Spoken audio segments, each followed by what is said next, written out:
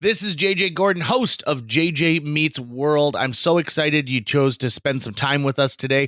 This episode is really great because Troy Larson is a guy I met at work who turns out to be one of the most fascinating, well-researched people I've ever met. We talk about true crime, writing, ghosts of North Dakota, and Tucker and I are going to talk about displaying the things that we love.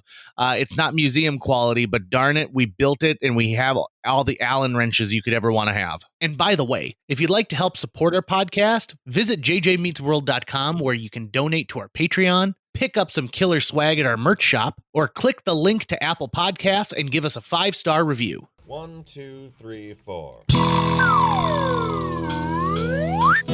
JJ Gordon, sort of like that Indiana Jones, in that he's always sniffing out his next adventure. Yes, he is. He's always interviewing guests so he can have them on his show and they can talk about pop culture, arts, and leisure.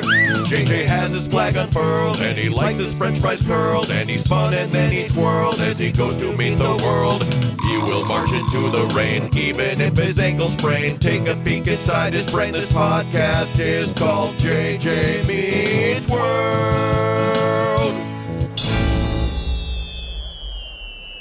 I just finished a big project in my house, which is this giant bookshelf. So the back end of my house is an addition that was added on as they were building the house originally. It was originally supposed to be this little tiny red stained concrete patio that my grandfather could put a grill on. And then they were like, well, if we're going to do this, why don't we turn it into like an enclosed porch?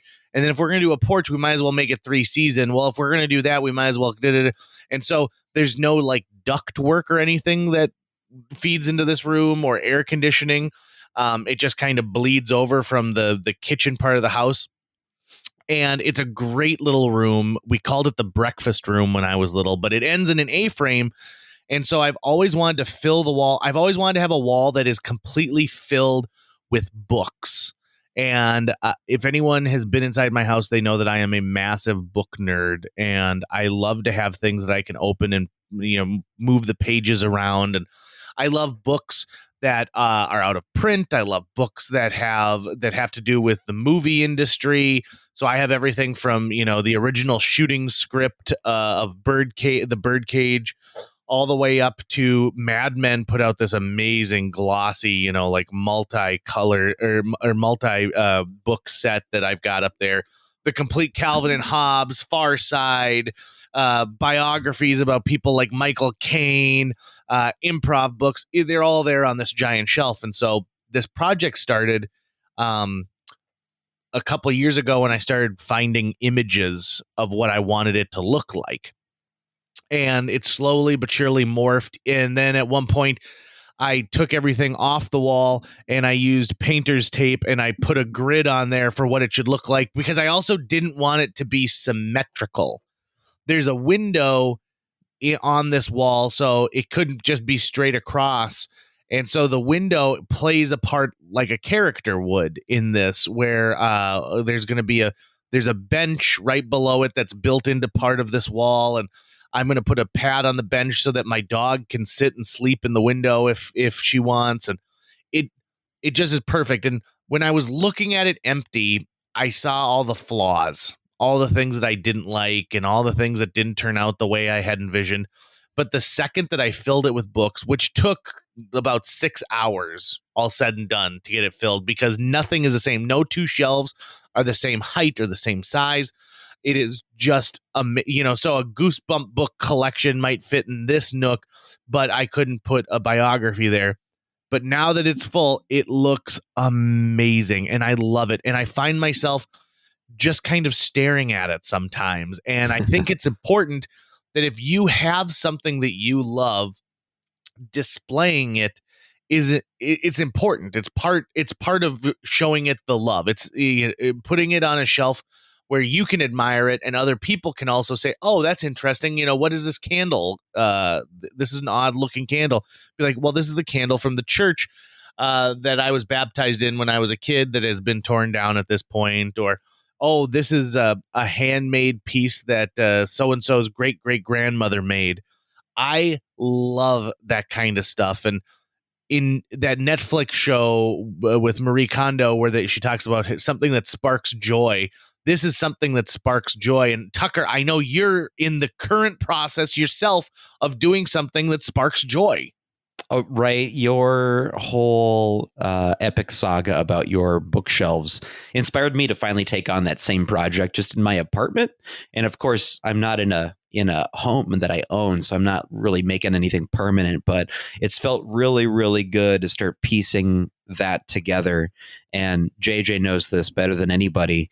If you've looked in my homes that I've lived in for the past 15 years, if you were to look inside of it, you would never know if I had just moved in or if I was just moving out.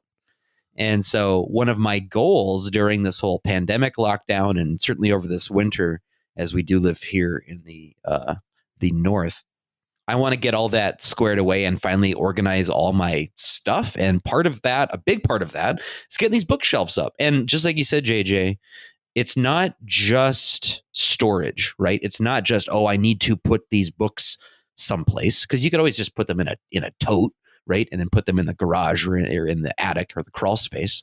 But it's a display. It's a curated display, almost like a museum might go, hey, listen, these objects next to each other have some kind of meaning or story, and they are here for you to view. And yeah, the spark joy phrase, the Marie Kondo, is one I've been using a lot lately. So the kinds of things that I love to collect.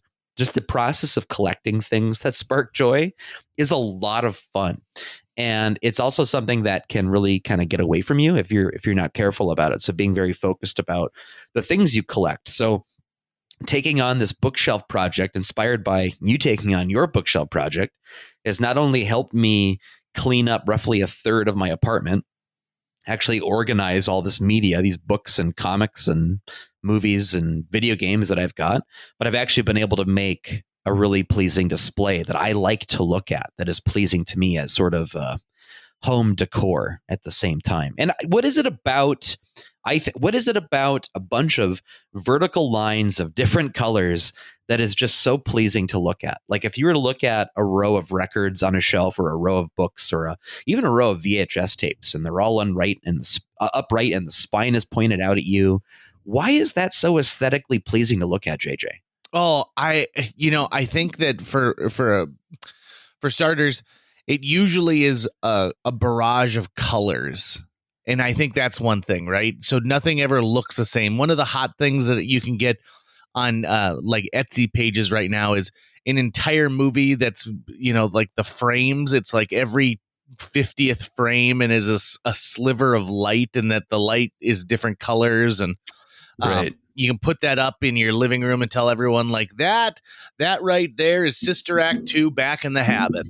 That was exactly the movie that everyone should have. Yep. So real color palette in that one. I think it has to do with the fact that people love to see those multicolors. I also think that it's a chance for you to walk up and say, like, how much are we alike? How much are we alike? How much are we not alike? One of my things that I used to always do is when I'd go into somebody's house and they'd have DVDs on display, I'd love to see, okay, so what do they have in their collection that I feel, will surprise me? And one of my favorite quotes from Martin Short is somebody was talking to him in an interview and telling him about, like, well, and then of course you had Clifford, which was a huge flop. And he goes, actually, go into every dorm in America, and I bet you every third dorm room will have a copy of Clifford on DVD. He goes, that thing sells like you can't imagine. And sure enough, there were movies that I saw over and over and over. Like almost everyone had a copy of Rules of Attraction for some reason. And I was like, well, that's interesting. But then somebody would have something ultra obscure, some Japanese television series, or they had all of the Gilmore Girls except for season 2. And you go like, well, what was wrong with season 2? And I find that to be just fascinating. So it's like you're putting your personality on these shelves, and you're letting people see your personality, like what a physical formation of that would be. Right. These objects are important to me for whatever reason, like I'm looking at my shelves behind me right now, and it's a mixture of comic books and books and trading cards when I was a kid and a bunch of other stuff. And there are a lot of the books and objects I have on these shelves. Yes, I like the objects themselves. I think they're aesthetically cool, but a lot of them were gifts from people who are really important to me. So when a few of whom are no longer with us, right? So when I look at that Wolverine statuette that I've got that used to belong to Matthew Burkholder, I think of him every time, right? And also it's Wolverine. So it's this wonderful, lovely thing I have on display that fits with all my superhero stuff. And I also get this thing out of it where every time I look at it, I think about him and I think about how much he loved comics. About 30 of the Wolverine comics I have in this collection are from him as well. And I've got books from my Uncle Paul, books from my parents, books from, former teachers and friends and stuff. And I like that I can sit here and look at these things, and these objects make me think of, or even like times in my life, right? Yeah. Like I've got runs of comics in this collection that I might not think are actually the greatest comics on earth, but I remember how much I was into these particular issues when I was 11. And I remember what was going on this summer that I first read these. And every time I look at them, it brings me back to that place. So I think it's a really lovely, lovely, lovely way to gild your living area.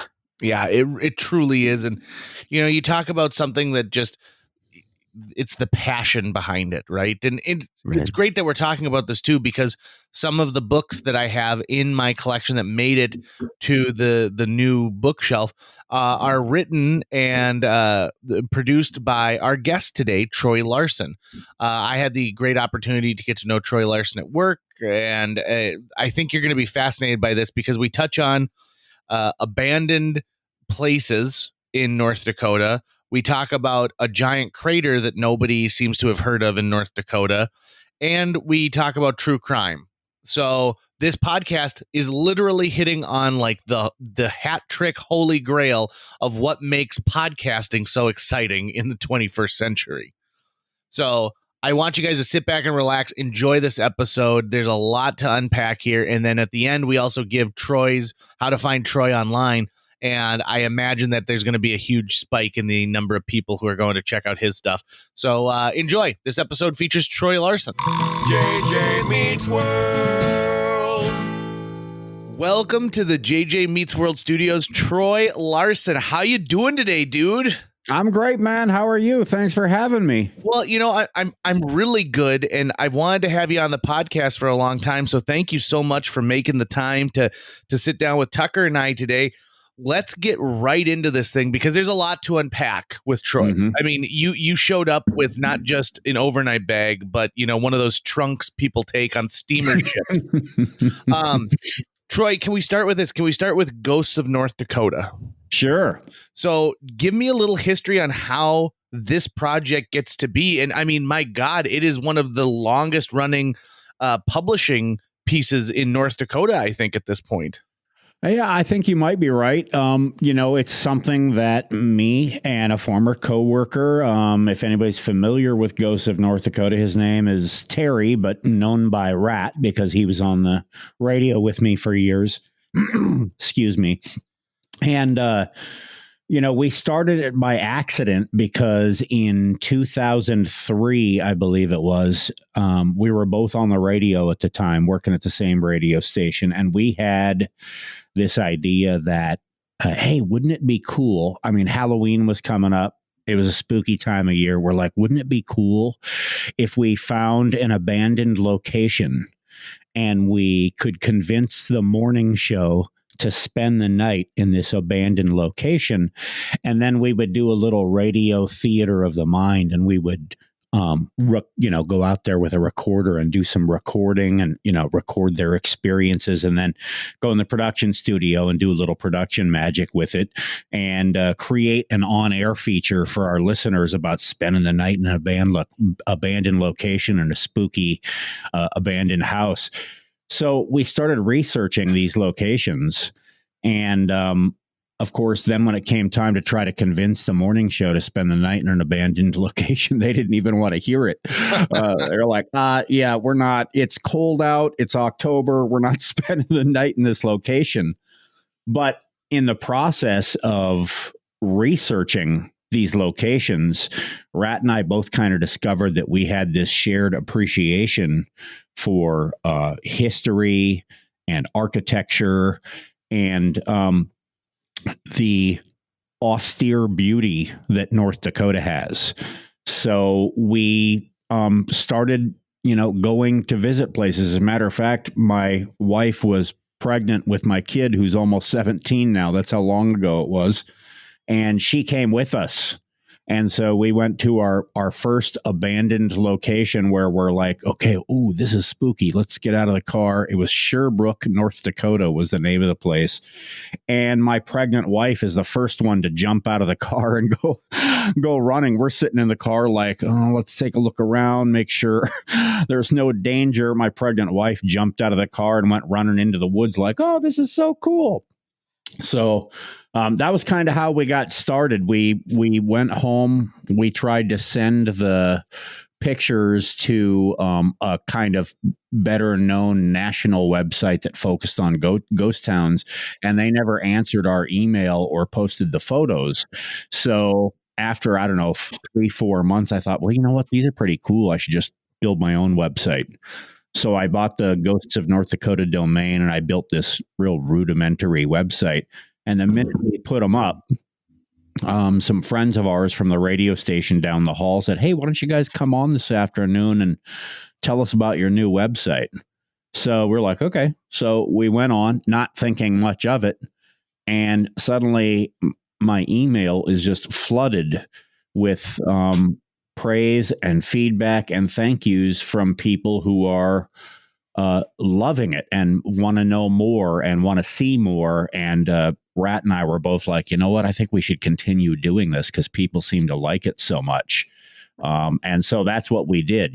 We just every summer, maybe 3, 4, 5 times a summer, we would just pick a weekend and we would go out. And sometimes it was just a day trip. Sometimes it was an overnight trip.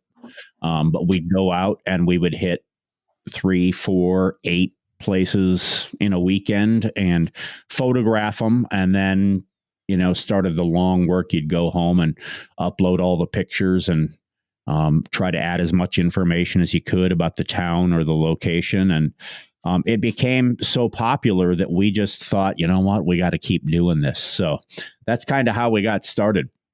That is like, it's one of those amazing stories where you think like, oh, I need something to do in my life. And no, wait, I really don't need to take on a project of this immense size. And then boom, before you know it, this is taking up weekends of your time. Like you said, your email is getting flooded with all of these people. I bet you had so many people who treated you like a Ghostbuster, more or less, of like, hey, you got to come out and check out this place. This place has definitely got some eerie qualities to it, or check out this abandoned barn. I've passed by it 100 times and I'd like to know the story behind it. Yeah, we definitely got a lot of that. In North Dakota, there are a lot of people who, when they retire, they move on to someplace a little warmer, or, there are a lot of people who they lived in their home on the family farmstead for years, but then their kids grew up and went to school and moved away. And before you know it, they're the only one left living on the old family homestead. And when it's time to retire or move on to a care facility or something like that, a lot of these places are left empty. And the people who have memories of those places, or who maybe are researching their family history or something like that, they will contact us right away and they will go, hey, do you have any pictures of so-and-so? Because I haven't been there in 45 years and I would love to see what it looks like now. So there were definitely lots of suggestions, lots of comments from people who are like, oh, you should check out this, or this has got an interesting story. And that, to be honest, that made our job really easy for the long time that we did it. We were like, boy, we don't even have to research these places anymore. People are just sending us emails and going, you need to check out this. So what's the status of Ghosts of North Dakota today? Is it something that there's just not enough time for, or are you working on something secretly behind the scenes? Yeah, we're in indefinite hiatus, I guess is how I would put it.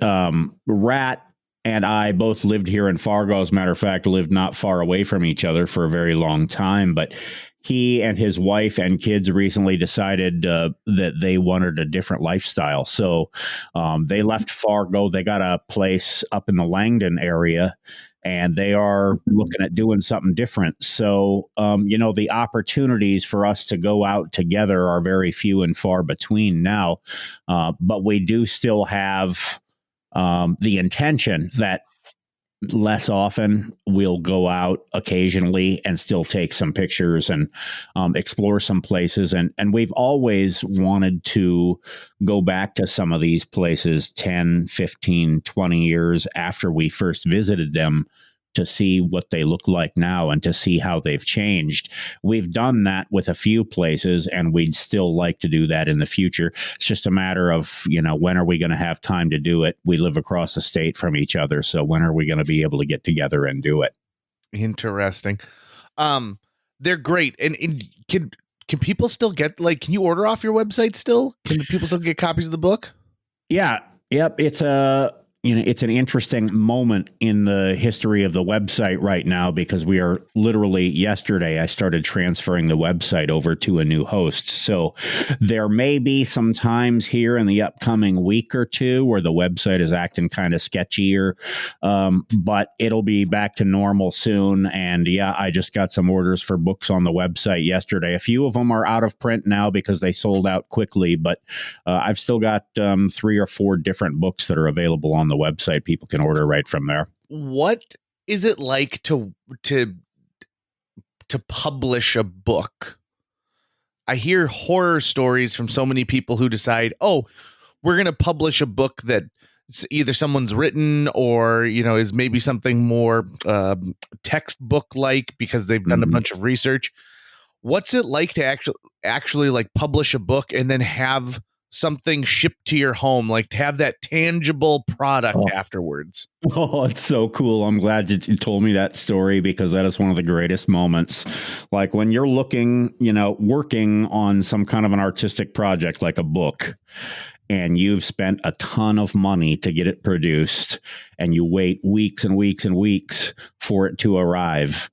When you get the doorbell rings and you look outside and there's a freight company out there with a big semi-trailer truck, and they've got 3 pallets, 4 pallets of books for you, and you open that first box and that book that you toiled on so hard is in there, a hardcover. It looks beautiful. The colors are so vibrant. It is so exciting. I can't tell you. Rat and I sat here in my dining room when our first book arrived, and it was like a celebration. My wife was taking pictures of us, signing autographed copies. I mean, it was we were just overjoyed. And that's not to say that it wasn't really hard work to get it done, because neither Rat or myself had any experience with publishing a book. And over the years, we started the Ghosts of North Dakota website in 2003. It was, I believe, 2012, the end of 2012, when we were finally like, we really got to find a way to do a book, because people were asking about it all the time. When are you guys going to do a book? And we're like, we're poor radio guys. We don't have the money to do a book. And when we discovered Kickstarter was when the world opened up to us. And we did a Kickstarter campaign. And then we didn't think we were going to make the money. So I didn't really start working on this book very hard. And then all of a sudden we're like, holy cow, I think we're going to make our goal. And so I had to start working on a book, and I had 0 experience using design software, any of that at the time. So I had to teach myself. And so it was a very a big undertaking, categorizing all the photos, and you got to do the color proofing and the whole bit. And to be honest, I look back on that very first book now, and I'm not super proud of what I did, because I was just learning. And so I look back on it now and I go, I could have done the color better, or I could have, done this better or had a bigger page count or whatever.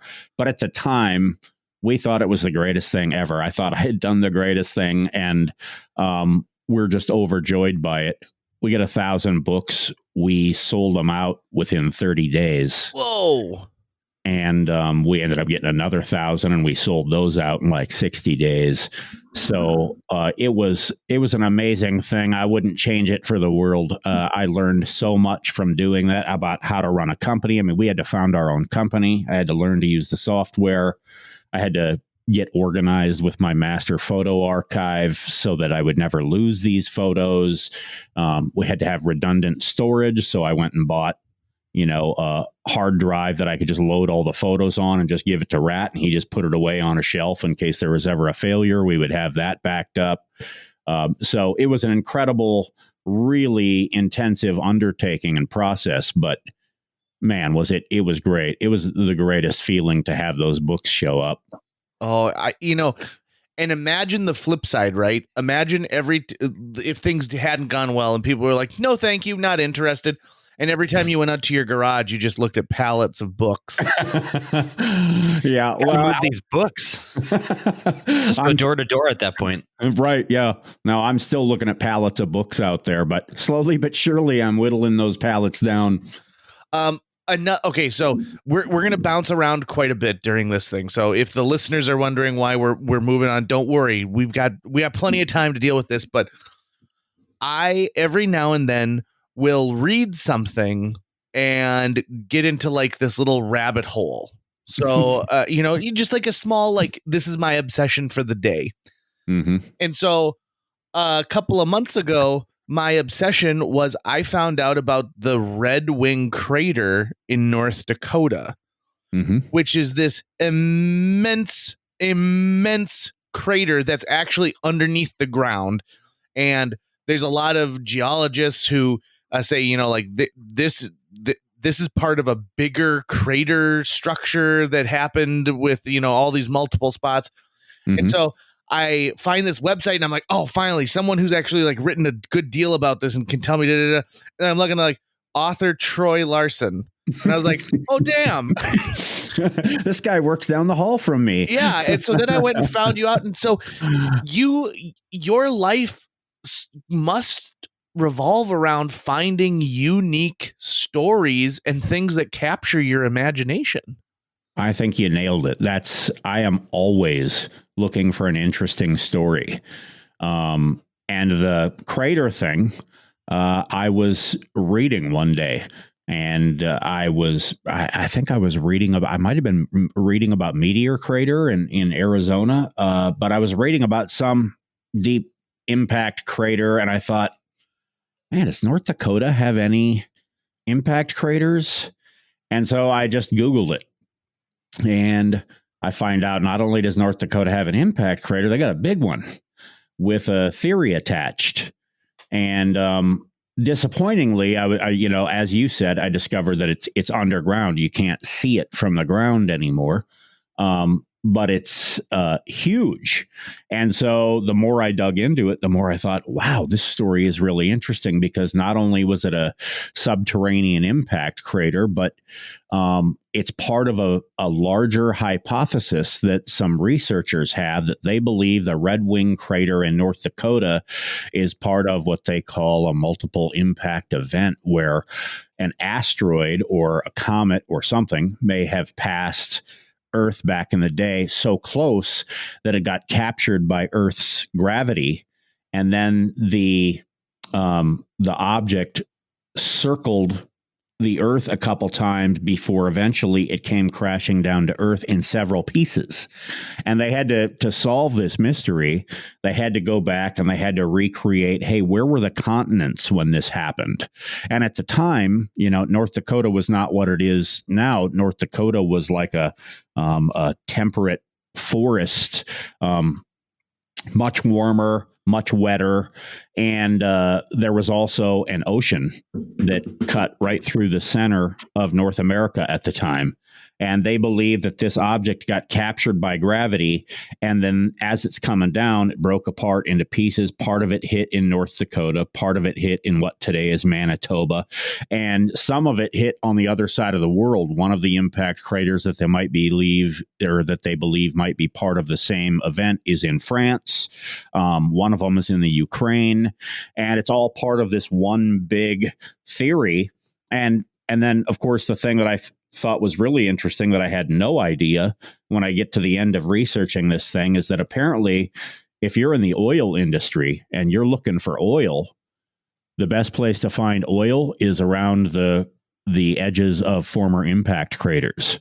So that probably has a lot to do with why we have so much oil out in western North Dakota, is because millions of years ago, an object crashed to the ground and created these conditions where today we can drill for oil. So when you told me that you stumbled across that story by accident, I was like, oh, okay, somebody is reading some of this stuff. So I think this is fascinating. I never knew that we had an impact crater like that. I'd never heard of this until this conversation before. This is so cool. So then for if you're saying it's buried underground, like what was even the hint that it existed at all? Was it just looking at the topography of the land and going, hey, it looks like there could have been something that maybe impacted here because it's divoting down, and then they, I don't know, x-ray the ground or something, and they're able to figure it out? Like, how are they able to tell? Yeah, there is literally no evidence at all above ground that this impact crater is down there. Most of the time, impact craters are detected when they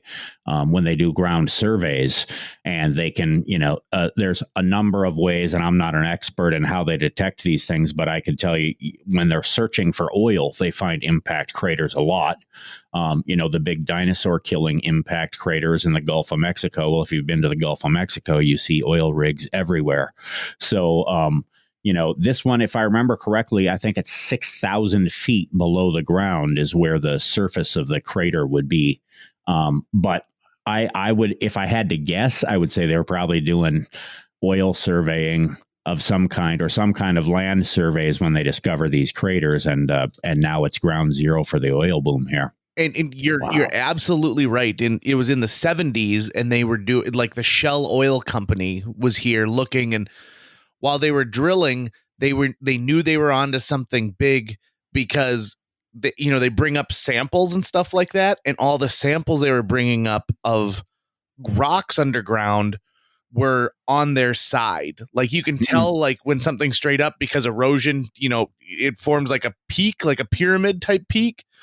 And they found all these rocks on their side, and that's a clear indicator that you're on like a shelf wall of one of these gigantic underground craters.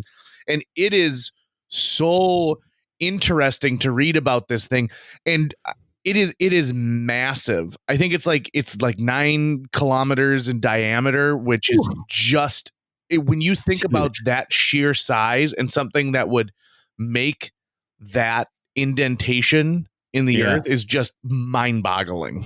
Well, and that would definitely probably be a city killer at the very least, Sure. know. And what's crazy is that these things are still out there. Who knows when the next similar type thing might happen? But however, every time I get anxious about that thought, I think about the movie Meteor Man, and then I go, oh, you know what? There is an off chance that we would all just get superpowers, and therefore it's not as scary as I originally thought. I'd go with that. Superpowers. What would my superpower be? You would be able to commune with ghosts. That might be it. you would have a direct line to the afterlife. That's what to speak. I want a superpower that isn't something where, like, I would have the responsibility of saving the human race. Like, I would have the superpower of being able to walk into your home and diagnose whether or not you need to replace your microwave in the next year. I don't know. JJ, I think your power would be you would have the ability to telepathically speak directly to the manager of any restaurant you're in. I think that's what you would have. You would have telepathy only to managers of restaurants. What if I could get projection eyes, but the only thing I can project is Captain Ron? Whoa. And so we're like, hey, everyone, the flight's delayed. What are we going to do for 3 hours? Don't worry. We'll watch Captain Ron twice. But I think it's like Cyclops, where you actually don't have the ability to hold it back when your eyes are open. So you have to wear special goggles to keep Captain Ron in check. Otherwise, so does that mean that your ears play like speakers as well? I imagine when I open my mouth and like push my tongue back, you hear it. That's funny. So Troy, let's bounce over to this. Okay. True crime podcasts, they're huge. It's the reason why JJ Meets World really hasn't taken off to the level that I've wanted it to, is because there's so many people out there producing amazing stuff. And one of my favorite podcasts is a project that you you must have been working on this for a long time, because the true crime podcast that you produce is easily one of the best I have ever heard. It is so well researched. It is an engaging story. You know, I think sometimes when you listen to a podcast, it can just be an information dump. And that is great, I think, for some people, but for the masses, they need to get sucked into the story. And the closest I can draw for a line to compare what your podcast was for me was watching the movie Zodiac. Which is one of my favorite movies. Tucker and I actually, rather than going and experiencing like a group activity at a filmmaking awards conference we went to, we ended up going to see Zodiac and eating at a Brazilian restaurant instead in Albuquerque. Because we didn't want to go and be like, my name is JJ and my favorite color is blue, and then toss a ball to somebody else. But then after that movie, we had like a terrifying walk back to the hotel because we were just so unnerved by the Zodiac. Yeah. So that's such a great movie too. And David Fincher movie. You can't go wrong with David Fincher. Oh yeah. I'm the huge true crime fanatic in our house. My wife, not so much, but we watched Zodiac, and she came away opinionated that that the Arthur Lee Allen is the guy who committed the Zodiac murders because she watched the movie with me. But great movie. You know, I still get creeped out. That scene with Charles Fleischer when he goes into the basement to get the old movie posters he had drawn is one of the most suspenseful scenes. And then you're like, that's the guy who's the voice of Roger Rabbit. Right. It is just terrifying start to finish, but it captivates me, right? Also, we've gone this far. We should also mention your wife, Rebecca, was one of the first guests on JJ Meets World back in the day. Oh, I remember she was on. I didn't know she was one of the first. Yeah, that was like in our first 20 episodes we had Rebecca on. Wow. And she talked all about her love of the Tudors. Yes, absolutely. She's a big fan of Henry VIII and the Tudor court, and she'll tell you all about it if you give her the chance. Well, I like collecting husband and wife duos on JJ Meets World. It's always fun for us. That's cool. So she loved it.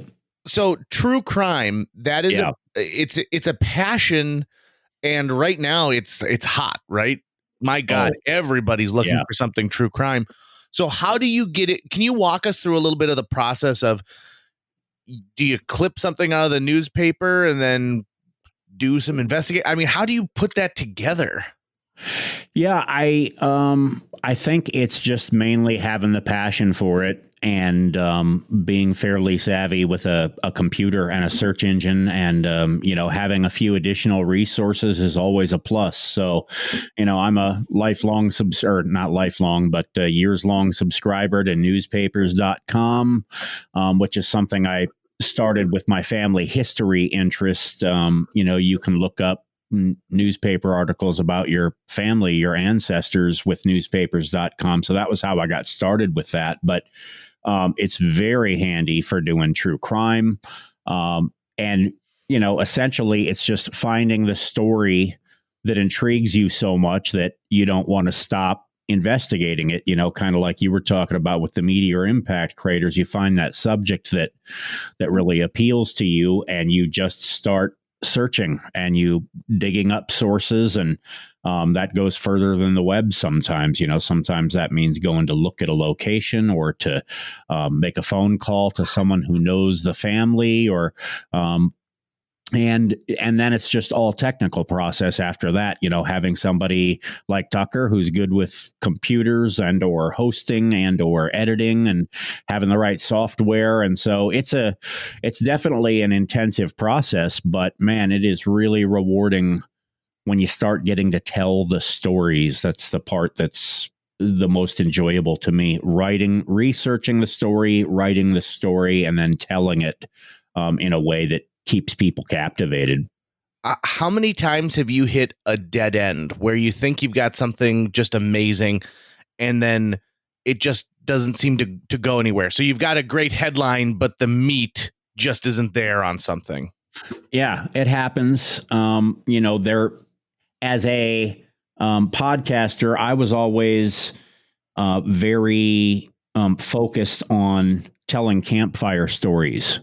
So for me, I would try not to do too many cases where nothing is known, where there's no resolution, where we don't know how it turned out or who the suspect was. Or, I didn't do too many of those because I really liked to have resolution. But even in those stories, there's always a dead end you would come upon where you would go, well, they never did figure out, how the killer did this or why the killer picked this certain victim. And you would come up with a theory and would go, oh, well, they lived, as a matter of fact, a good example is the Zodiac killer who was just in the news yesterday because they decoded one of the Zodiac killer's ciphers yesterday, which has been coded and unsolved for 50 years.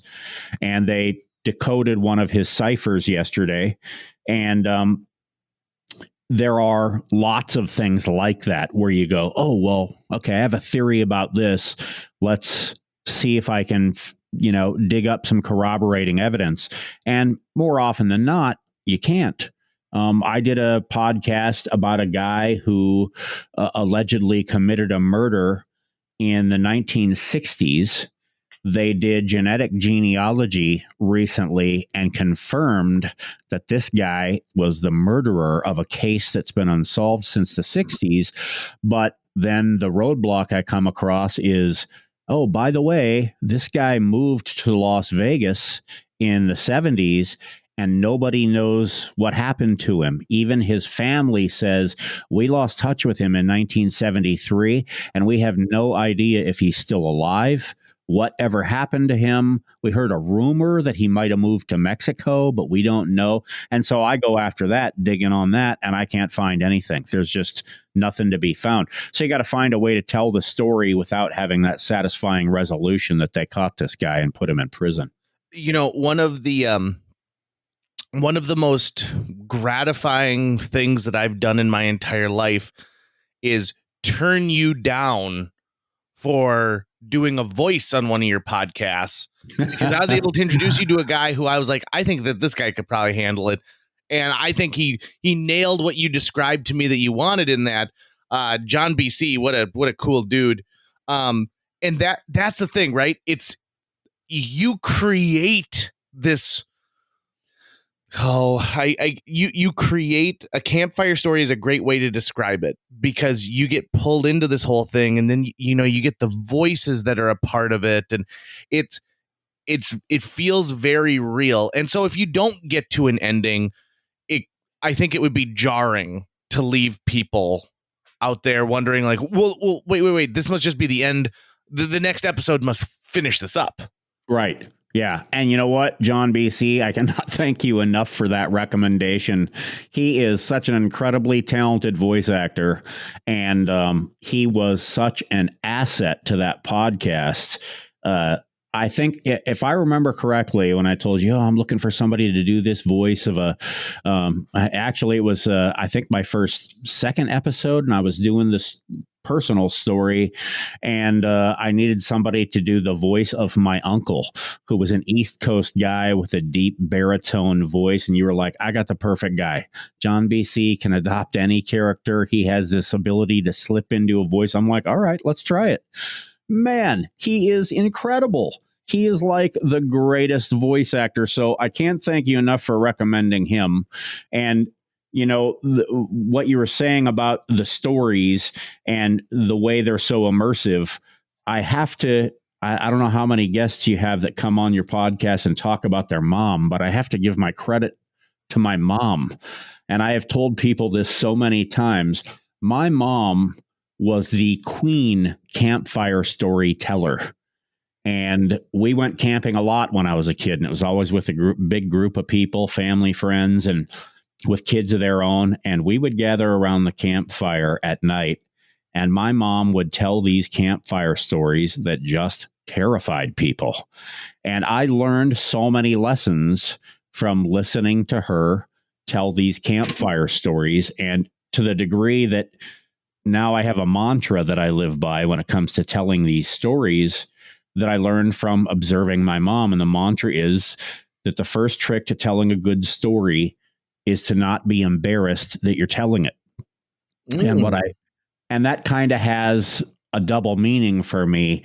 Number one, that when I was sitting around the campfire with my mom when I was a kid, she would get real close and she would tell you these stories like this. And then suddenly there would be a loud part. And like, she was very much into it, and she didn't care that people were looking at her like, really, this is corny. Are you too into this story?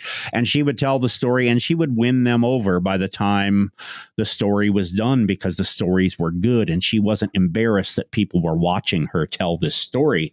And then, part of the mantra is also just to not be embarrassed that some people would maybe consider you attention seeking, or that you're bragging about yourself if you're telling a story, or, a lot of people have, maybe various objections if you tell a story and you get a little too much attention. And I just learned to ignore that. And I was like, look, I got a good story to tell you, and I'm going to tell it to you the best way I know how. And I got to give my mom credit. I learned that from her. That is awesome. And it's storytelling. Not everyone can tell a story. It is a special skill that I think people hone, and they adapt, and they bring it in. And if you've ever heard a poor storyteller try and get through something with like, oh yeah, and I forgot to tell you that he was wearing a wig. Oh, the horse is blue. I forgot. Yeah, no, you there has to be, you have to really be into it. You have to research it. You have to know what you're talking about. And I'm lucky that I grew up with that mom who taught me these things. So what's one of the true crime stories that you had a chance to research and get into that you think is just amazing? Something that, like if you had the chance to sit down and they said, Troy, you get one story to tell, what's the one you're going to grab? I have two that really stick in my mind. There was one about a killer in Indiana named Jeffrey Lynn Hand that really struck home with me. And that was, I'll be honest, a lot of the stories that have intrigued me these last couple of years are related to genetic genealogy, or some people call it forensic genealogy, but it's the new technique that they used when they caught the Golden State Killer in 2018. And they announced that they're able to, using DNA that a killer left at a crime scene, they can track your family ancestry, and through process of elimination and a lot of gumshoe detective work, they can figure out who a killer is based on who he's related to. And one of the things that's happened since that technology became everywhere is that they've started to name killers who've been unknown for 10, 15, sometimes 30, 40, 50 years. And Jeffrey Lynn Hand was one of those killers. And he's a killer that he killed, kidnapped a couple who were hitchhiking on the side of the road, tied the wife up in his barn, took the husband to another location and killed him. And while he was doing that, the wife escaped. And she went to the police. The police showed up at his house, arrested him.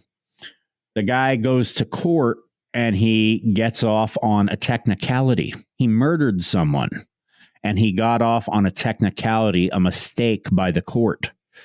And he was turned free after something like 3 years in jail for murdering someone.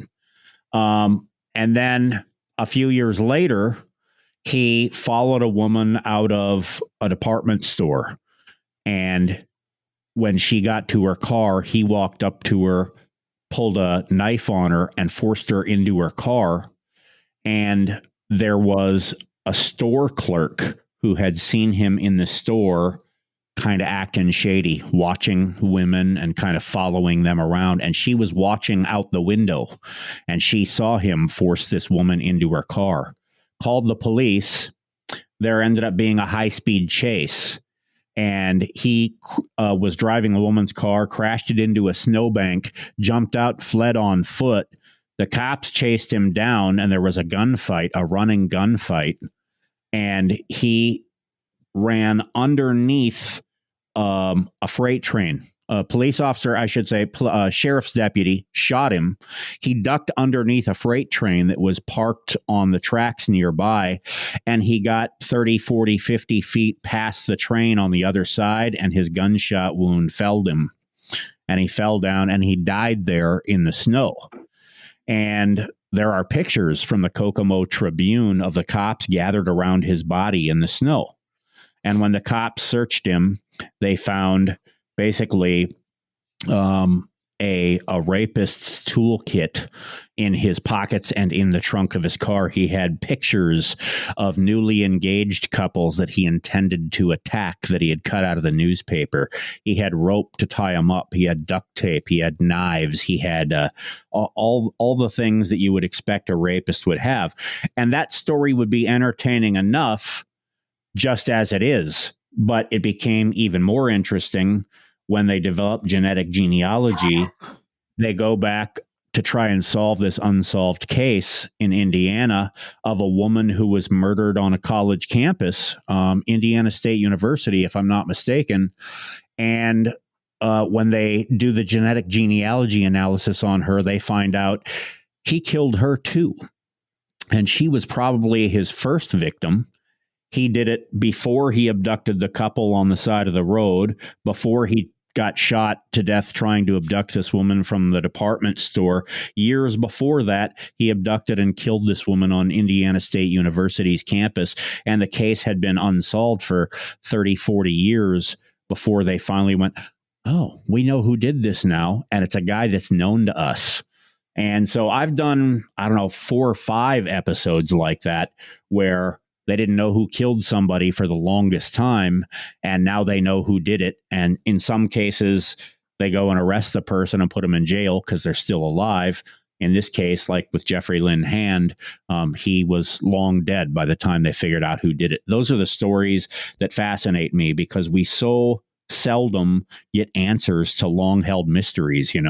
It's like when they announced that W. Mark Felt was Deep Throat in the Watergate scandals, like fascinated by that. I'm like, oh my God, we've wondered for 40 years who this was, and now we finally know. So when we can get answers to a long-held mystery like that, I am absolutely fascinated, and I'll be happy to tell you the story. Okay, so the word mystery, true crime is the buzzword that we throw out here, but really these are mysteries. These are, you're acting like a sleuth and you're telling the story of these mysteries. One of my favorite shows of all time that I still can't watch if it's dark and I'm home alone is the show Unsolved Mysteries. And one of the things I hate about it is it's in the title. A lot of these cases are unsolved. There's a handful of episodes that involve North Dakota specific stories from the original series. And one of them is about this woman in New Rockford who had a fight with her husband and then disappeared on a road. And you think like, well, they still haven't solved it. Right. Whatever happened out there, somebody on a deathbed confession going to say something?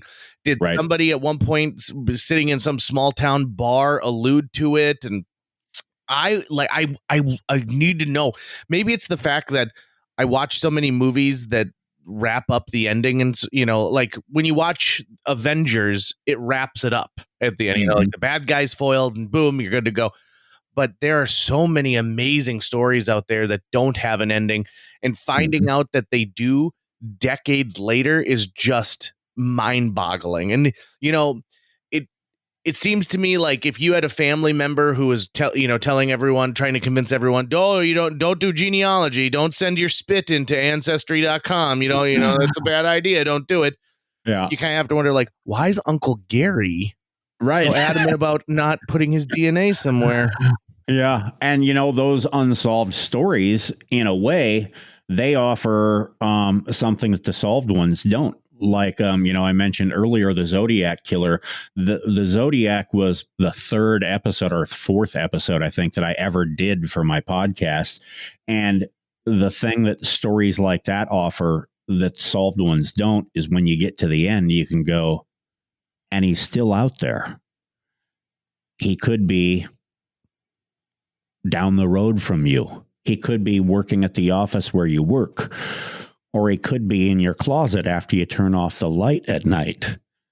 Those kinds of stories, they offer something that the solved ones don't. It's that theater of the mind, that imagination where you're like, oh my God, yeah, this person could still be out there, whoever. And you can look in your own, wherever you are, you can look in your own newspaper, your own media, and you can find a case that hasn't been solved and go, who did this? And are they still living in my town? Are they walking around breathing the same air as you and me? Did I see them today at the convenience store? So that offers, it's good around Halloween time, that's for sure, to tell some of those stories. Have you heard of or put any stock into that theory of like the I-94 killer? Is that the same as the smiley face killer? That's the one. Yeah, I do not put much stock into the smiley face killer theory because I feel like it's too disjointed. And, there's a lot of supposition and leaps of logic between, I grew up in the 70s and 80s, and I remember spending time down by the river as a kid and seeing people painted smiley faces all over the place. But I don't remember anybody being murdered there. When I grew up in the 70s and 80s, the smiley face was iconic. You bought T-shirts with smiley faces on them, and people who wanted to spray graffiti on the side of a boxcar sprayed a smiley face on the side of the boxcar. So I'm not necessarily a believer that everywhere you see a smiley face near a scene where somebody might have gone missing or been murdered, that means that there's a killer who's part of a gang of killers, the smiley face killers. So if you read an article where, like, what is there something when you read an article about a death, let's say, you pull up an old newspaper article or something, are you looking for something that seems like, well, that seems kind of fishy? There's something that doesn't add up entirely about this particular story that makes you want to dive into it deeper? Yeah. And, I'll be honest, a lot of the time that is spurred by someone who doesn't want to talk about it. That makes me a little suspicious. And maybe in some cases I shouldn't be suspicious because there are a lot of legitimate reasons why a family member or a colleague or even a potential suspect doesn't want to talk about something that happened forever ago. But I am a little suspicious. I'm not going to say the name of the victim, but there is a case in North Dakota that is unsolved, that has long been a passion project of mine. And the victim has a family member who has been outspoken about, no, I don't want to answer any questions. And not only don't I want to answer any questions, but I don't think you should be publishing any news stories about this case because it was so long ago, and let bygones, let sleeping dogs lie. And you're just dredging up painful memories for the family and friends. And while there's some credence to an attitude like that. Obviously, you don't want to cause pain for someone when you're investigating a case like this.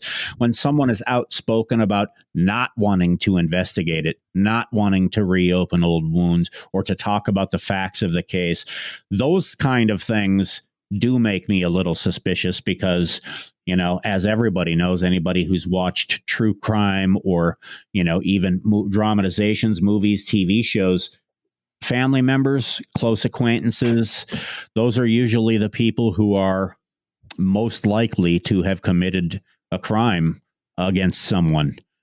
So that's definitely a suspicious circumstance for me. And also, if anything just doesn't seem to make sense, like, one of the things that I mentioned when I told a story about my uncle, and for people who want to hear that story, I've blogged about it. I've done true crime podcasts about it. But one of the things I mentioned with him was he served 33 years in prison for his part in a murder in Detroit in the 70s. And one of the things he would do was he would conveniently leave out parts of his story to make himself look more innocent. But then he would also throw in things as if like he needed to be able to explain why a certain thing was the way it was.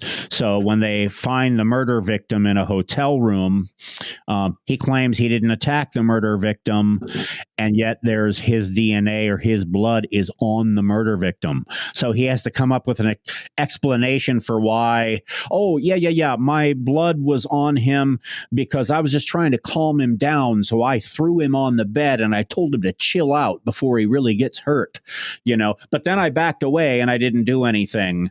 And you go, it doesn't sound right, man. It just sounds fishy. It's like they're going to ask you in court, well, why did we find your hair or your blood on the victim if you didn't touch him or if you weren't in the room? He had to come up with some kind of a story for, this is why you found my blood, because I threw him on the bed and told him to chill out. But I didn't kill him. It was my other friend that killed him. And so those kinds of things always make me go, somebody needs to look into this a little better.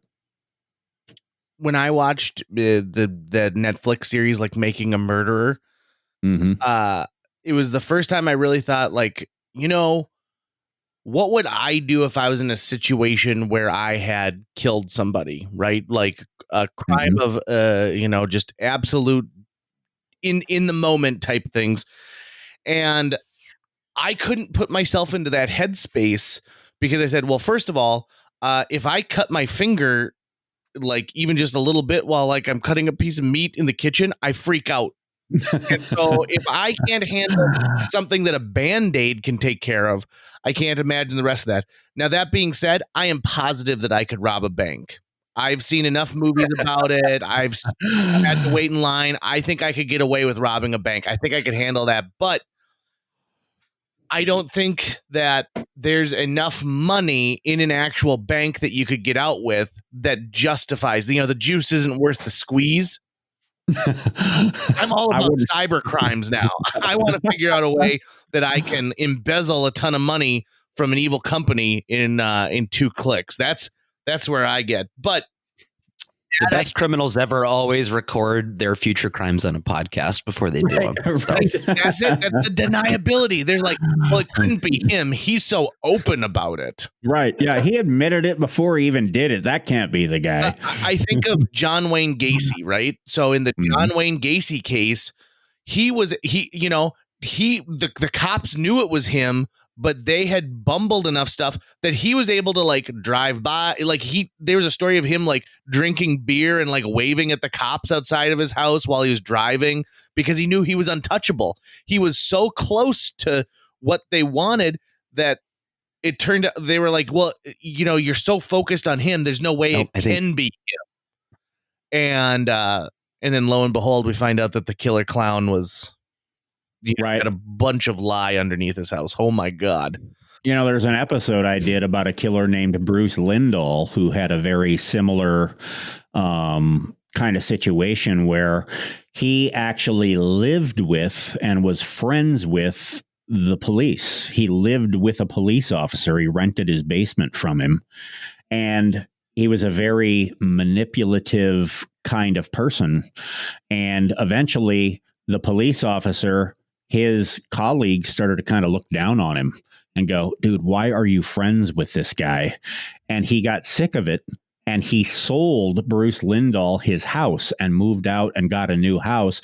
And Bruce Lindahl, the killer, continued to live there and kill women in that house. And he got away with it for the longest time because he was friends. Well, I should say, supposedly, I don't have any evidence that it was because he was friends with this police officer. But a lot of people have speculated that one of the reasons he wasn't looked at more closely earlier on was because he lived with a police officer and he was able to get away with this. Oh, man. See, absolutely bizarre stuff, right? Yep. No wonder people like this stuff so much. Okay.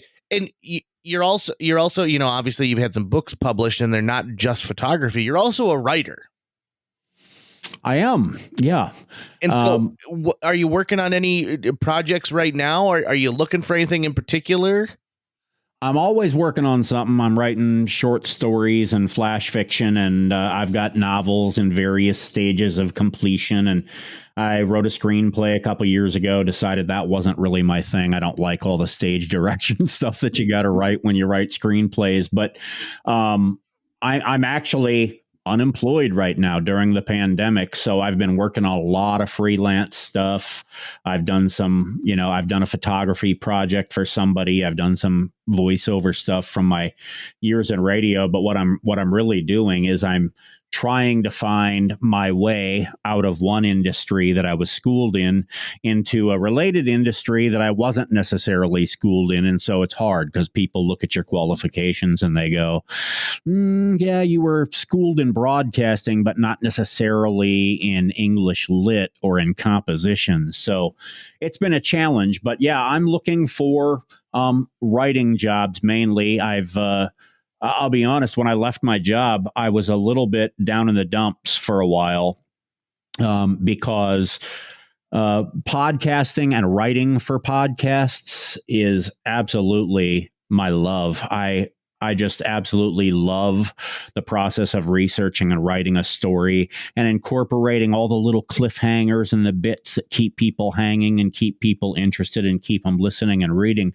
So I didn't apply for a lot of jobs. I was kind of down in the dumps until I started to realize that, hey, podcasting jobs are everywhere these days. Warner Media is hiring podcast producers and editors, and Spotify is hiring, and iHeart is hiring. And I started seeing all these ads and I went, wow, I'm going to apply for some of these jobs. So I haven't had any nibbles from any of them yet, but I'm definitely hoping to be able to show my work to more people and to maybe make my way into a new industry. That would be the greatest thing ever. And it's a struggle because being a guy who worked in radio in small to medium markets most of my life, they look at your resume and they go, oh, this is a small market radio guy. I'm not interested in hiring him to be a writer for iHeart. So it's kind of a challenge to get my writing in front of people. And it's, to be honest, unless somebody's going to take the time to really read some of your writing, it's hard to make them a believer, so to speak. So, but I'm looking. I'll find something. The irony to me in this whole in your journey right now is the fact that they're like, oh, he's from a smaller market. It's no big deal. Except for you produced a show that went on to become one of the nation's largest radio programs, as well as a very successful television program when you worked with Ed Schultz. Yeah. And even in the company that you left that, I'm still with, the podcast you produced for that company is still at the top of across the country. You're getting more listens on a podcast that you've had episodes out now for, is it just about a year, a little over a year, maybe? For the Ed Schultz show? No, for your True Tales of True Crime. Yeah, Tales of True Crime. I believe I started that in the fall of 2018. Yeah, and So the numbers are just enormous for it. So listen, if you're one of our loyal JJ Meets World listeners and you work for Warner Media or Spotify, like this is the guy that you need. He is going to get you the numbers that you want. Troy Larson is your boy. too kind, man. I appreciate that.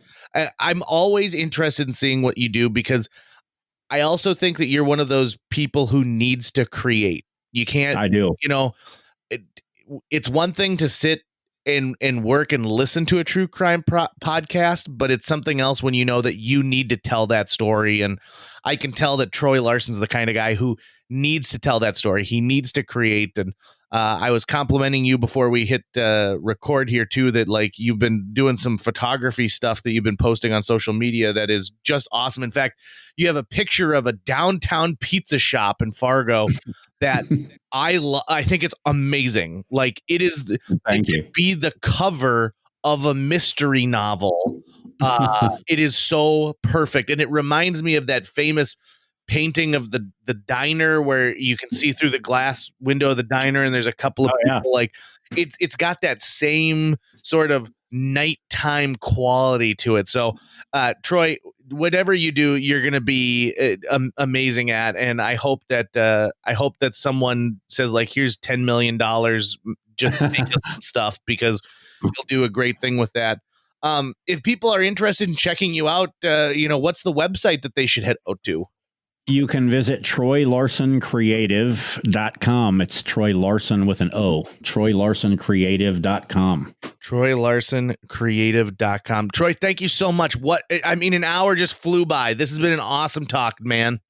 It did. JJ Tucker, thank you guys so much. I had a blast.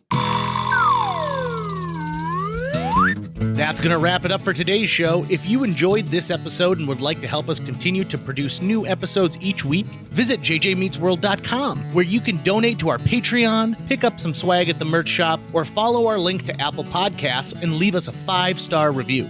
You can also follow us on social media. We're on Facebook, Instagram, Twitter, YouTube, all the sites the cool kids are using these days. JJ Meets World is produced every week by Tucker Lucas. You can find out more about Tucker's work by visiting moonbasemaria.com. If you want to get in touch with your host with the most, check out linebenders.com, where you can find direct contact info for JJ or booking information. But if I really was to rob a bank, I would definitely frame Tucker. That's why I keep a little bit of his blood in my workspace.